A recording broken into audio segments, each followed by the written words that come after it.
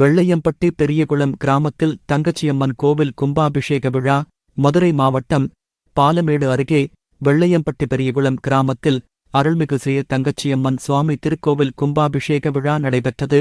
இதில் யாகசாலை பூஜையில் கணபதி ஹோமம், கோபூஜை, மகாலட்சுமி ஹோமம் நடைபெற்றது. பின்னர் சிவாச்சாரியார்களின் வேதமந்திரங்கள் முழங்க யாகசாலையில் இருந்து கும்ப கலசங்கள் புறப்பட்டு கோவிலை சுற்றி வலம் வந்து வானத்தில் கருடன் வட்டமிட கும்ப கலசத்தில் புனிதநீர் ஊற்றப்பட்டு கும்பாபிஷேகம் நடைபெற்றது. தொடர்ந்து பக்தர்களுக்கு அன்னதானம் வழங்கப்பட்டது. விழா ஏற்பாடுகளை தங்கச்சியம்மன் கோவில் பங்காளிகள், மாமன் மைத்துனர்கள் மற்றும் கிராம பொதுமக்கள் செய்திருந்தனர்.